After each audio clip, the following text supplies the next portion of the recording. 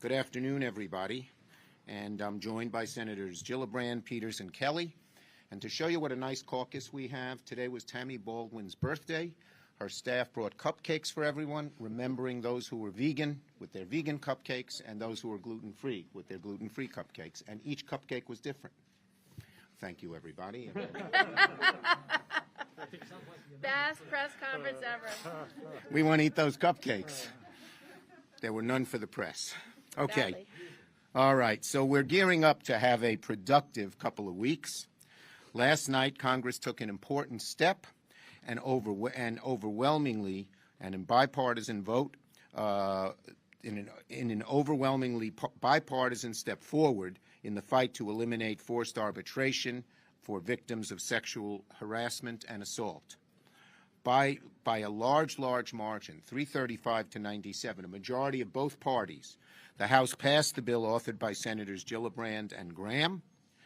And it's really horrible that women were, or anybody and men, were forced to sign away their rights to pursue charges of harassment and by being forced to sign these arbitration agreements. So this is long overdue, and I want to recognize my friend Senator Gillibrand, who has spearheaded the cause of ending forced arbitration for a long time.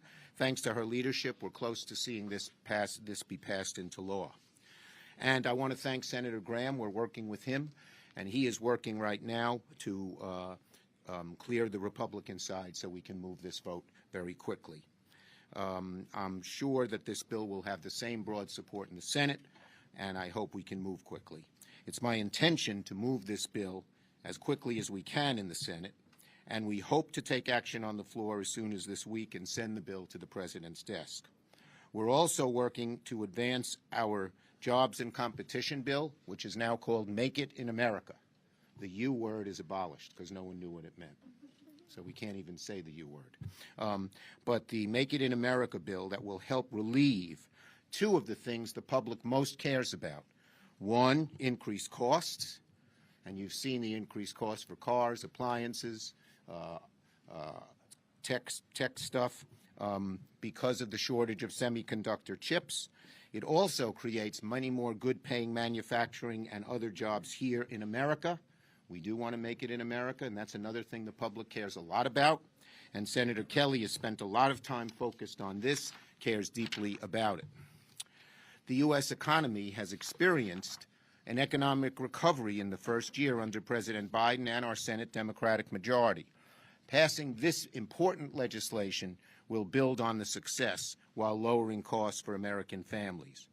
The Make It in America bill will make the investments we need so that we're never in the position of relying on foreign-made chips for everything from cars to home appliances. Now, there's a lot of work to do to move this bill to the President's desk.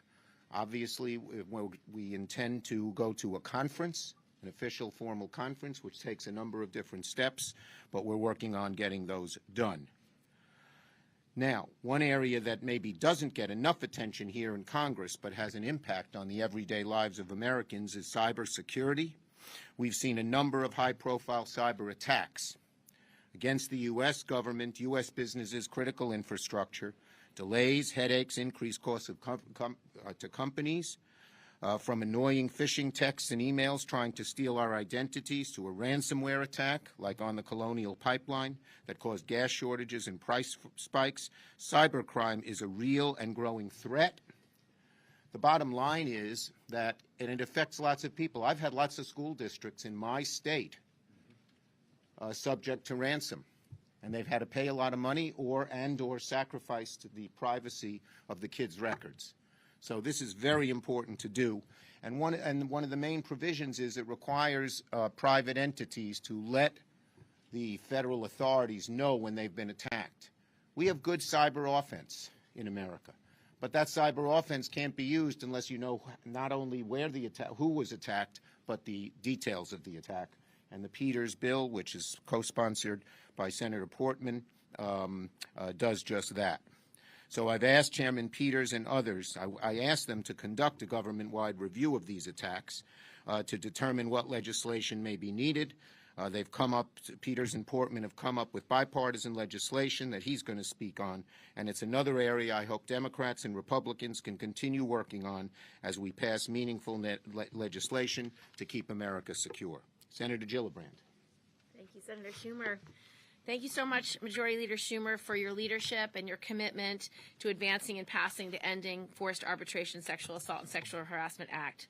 Last night, the bill did pass the House with broad bipartisan support, and I hope we'll see the same outcome in the Senate. This bill, which I worked on with Senator Graham, represents one of the most significant workplace reforms in American history. It will help us fix a broken system that protects predators and corporations and will help to end the days of silencing survivors. Too often when survivors of sexual assault or harassment in the workplace come forward, they're told that they are legally forbidden to sue their employer because somewhere buried in their employment contracts there was a forced arbitration clause. Forced arbitration stacks the deck against survivors. Instead of being allowed to have their day in court, these survivors are pushed into a system designed by the same corporation they are challenging. They are blocked from seeking information that could prove their case, and they are left in the hands of an extrajudicial arbitrator who is typically selected by their employer and is not always trained as a lawyer.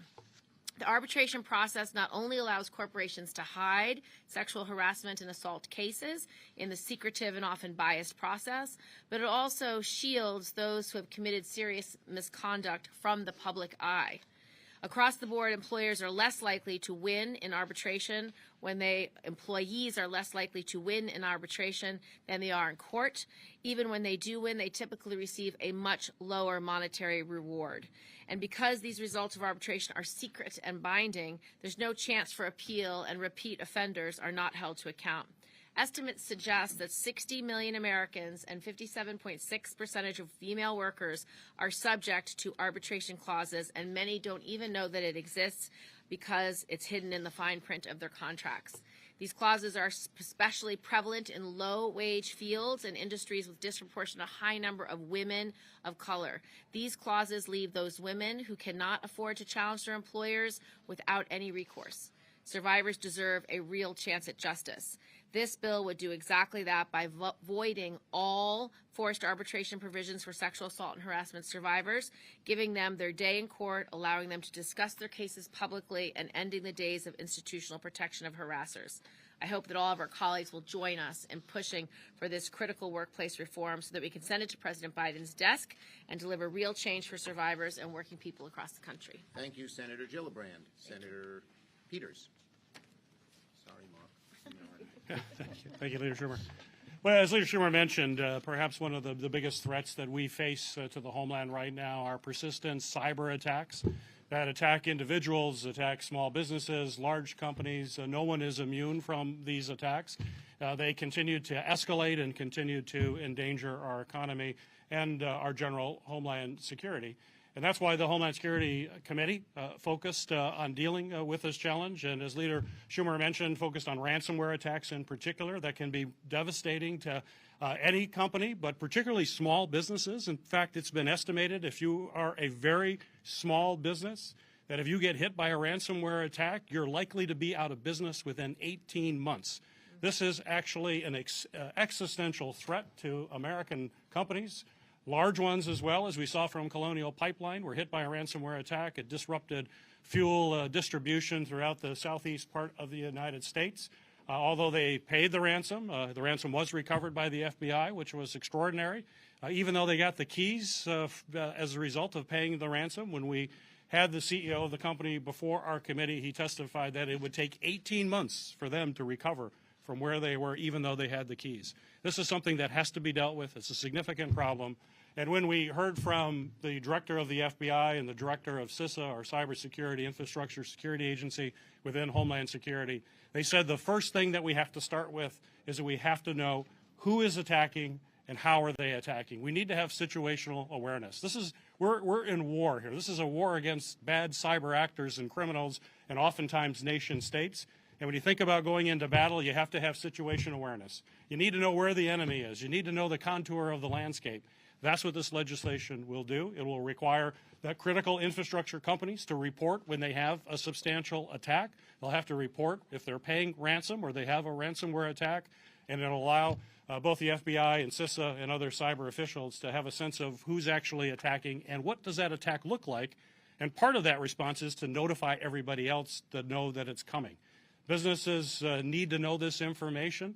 I use the example of ourselves in a neighborhood. If you're in a neighborhood and you have a burglar hitting houses in your neighborhood, you want to know that. That's information you want to know, so you lock your doors every night to make sure you're securing it, and to make sure the police are driving through your neighborhood as well because there's a burglar. The same thing is with cybersecurity as well, why it's critically important for us to do this. And when you think about today, why today is even more important than any day, is now we know that the Russians tend to be big players when it comes to cyber attacks, either direct attacks against us from the Russian government, or cyber criminals that operate out of Russia or other places with a wink and a nod. And now that we are in a situation with Russia and the issue on the Ukrainian border, I think we need to be prepared that if there is any retaliation from the Russians against the United States, it'll likely be cyber. So we need to be prepared. We need to make sure we have every single tool that we can possibly muster in the toolbox to protect Americans from cyber attacks from the Russians, from cyber criminals, from the Chinese, whoever may be involved. Now is the time for action. That's why I hope we pass this bill soon. Gary. Now, Mark Kelly, last but certainly not least. Thank you, and good afternoon, everybody. So right now, folks in every state, including in my state of Arizona, are feeling the squeeze of rising costs. One of the big challenges that's facing our supply chains is the global shortage of microchips, which go into everything, from cars, appliances, even your vacuum cleaner, to the most sophisticated fighter jets. The global microchip shortage has led many U.S. companies to have to stop or scale back manufacturing. That drives up costs for families. And right now, we overly rely on microchips that are manufactured overseas. That puts us at a competitive disadvantage, including with adversaries like China. After nearly a year of work, we are as close as ever to pass this bipartisan legislation that will address this microchip shortage by bringing more of this manufacturing capacity back to U.S. soil. A $52 billion plan we negotiated with Republicans and Democrats was included in both the U.S. Innovation and Competition Act, which passed the Senate in June, but also in the America Competes Act, which the House passed last week. This legislation supports plans announced by companies like Intel, TSMC, Samsung, and others to build large-scale microchip manufacturings in the U.S., including in the state of Arizona. That will create thousands of great-paying jobs, not good-paying jobs, but great-paying jobs, and boost struggling supply chains, which will lower costs for families. This is so critical. After a lot of hard work, we have made progress in getting this through the House and the Senate. Now, we need to work quickly to bridge our differences. I'm ready to do just that to get our plan over the finish line. Thank you. Okay, questions? Yes. Senator Schumer, can you just update us? Have you had any further engagement with the White House since your meeting with President Biden last week on SCOTUS? And then secondly, for you and Senator Gillibrand, you've recommended Eunice Lee, both introduced her to confirmation hearing. Is she your preferred candidate? She's certainly our preferred candidate. And on the White House, we've talked to the president about SCOTUS. He's giving a very careful review of a good number of candidates, and we have faith that he will choose a very good, strong candidate. Yes. Senator Schumer, on election reform, the bipartisan group that's meeting, they're focused, of course, on the Electoral Count Act. What kind of conversations have you had with them, if any? And would that be enough for Democratic leadership to get on board those changes? Okay. First, I've encouraged the meetings to occur. As you know, they're covering a wide variety of issues. They've broken up in subcommittees, not just on ECA. And look, my belief is that we need ECA reform, but it's not a substitute for voting rights, for getting rid of dark money, for dealing with gerrymandering, as we saw the Alabama case in the Supreme Court. So we need to do ECA, but we need to do more. It's not a substitute. Yes. What's your timeline on UC, or whatever you're calling it now? Make it America. Come on, say it. Make it in America. What is It's called the U word. You can't even say it. You can't say the U word. What is Yes. the timeline on this? Well, look, we want to get it done. As you know, there's quite a bit of difference between the House bill and the Senate bill, but both have the same core things in them. And so we want to come to agreement as quickly as possible. If we have to go through a conference, it takes a while because the bills have to be ping-ponged back and forth. And so we're looking at the best and quickest way to get it done. Yes. How much fine-tuning needs to be done to produce a congressional stock trading ban that the whole caucus can get Okay. behind? And is that something that you would like to see on the floor by summer, fall? I believe in it, and I've asked, we have different bills from a variety of different members, and I've asked our members to get together and try to come up with one bill, but I would like to see it done. Yeah, Chad, go ahead. What happens if Russia invades Ukraine and the Senate has still not approved this sanctions bill? We had indications last week that this was moving along, and that doesn't seem to be the case right now. Okay, it is moving along, but there are still a couple of areas of disagreement. But they're bridging the gap. They're getting closer and closer. The basic view of many on our side and of the White House is to pass a full, strong sanctions bill before any invasion, and God forbid there be an invasion, would take away the disincentive from Russia invading. So that's one of the issues. Yes. Senator Schumer, how difficult do you think it would be for congressional staff to unionize? Look, I'm for it. It'll be up to the members of each staff to see what to be done, to see how to get it done. But I think it's a good thing. Last one. Following up on Chad, can you commit to a sanctions package by the president's day recess by next week? Well, we want to make sure there's a bipartisan agreement. To not have a bipartisan agreement wouldn't make much sense. I'm working very hard. I even went to I don't usually go to these embassy dinners, but the German prime minister was there, and McConnell and I were there, and we pushed everybody to come to an agreement. We also pushed all of the allies, the U.S., Germany, and everyone else, to be unified. The only way to get this done is unity. After that dinner, are you confident from the Germans that they will shut down Nord Stream 2 in the case? Look, I don't want to give the details of the dinner, but I think there is unity between Germany and the United States. Thank you, everybody. Did they have gluten-free cupcakes?